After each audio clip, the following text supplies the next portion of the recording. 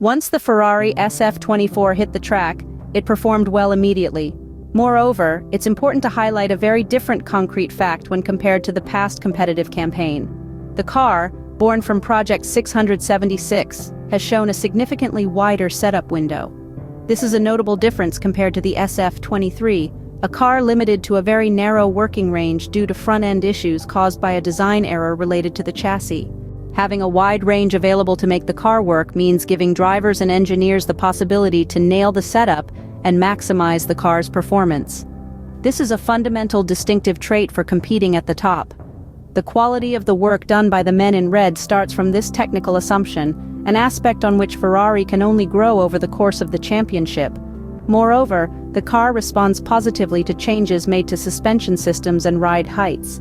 This factor allows for the verification of the car's performance and the selection of the optimal ride height for the entire weekend. For the rest, we can say that the driver's handling is much more comfortable. There's a lot of confidence when gripping the steering wheel, offering Ferrari drivers the possibility to push without the single-seater adopting bizarre behaviors with sudden losses of downforce. Then there's another interesting issue related to this aspect. We're referring to the power release of the horsepower produced by engine 06610. The pull rod suspension scheme at the rear, with changes and updates in terms of kinematics, allows for a truly exceptional grounding of the horsepower. Optimal traction, which combined with a more precise front end on entry and subsequent ease of rotation, allows for benefits in acceleration phases. Aside from these aspects, let's go into further details to fully understand what to expect from the SF-24 this weekend at the Bahrain International Circuit. The most important performance-related information is indeed twofold. The red car has a much more solid front end that offers a good phase of corner entry and more rotation. Moreover, the baseline for development is quite wide. During the 2023 Formula One season, keeping the car in the correct operational window throughout the race was very complicated. The SF-23 was inconsistent and very sensitive to external changes, track conditions, wind, and temperatures. Hitting the work range point under such conditions was almost utopian considering the reduced window. Furthermore, the single-seater was unpredictable due to an imperfect aeromechanical correlation between the floor and the diffuser. For this reason, a thorough analysis was triggered in the wind tunnel, rotating the car by several degrees and bearing in mind that, at a certain yaw angle, the airflow hitting the single-seater can vary significantly. Between Saturday and Sunday, there was a negative performance delta. The car was able to bring the tires into the correct working range very quickly, but over the long distance, this advantage turned into a headache. Problems with overheating and premature wear led to various complications during the race. On the other hand, when an F1 car is not stable enough in dynamic phases, it is very complex to recreate race situations in simulations, and consequently to formulate a tire model useful for predicting the response to stresses over a lap.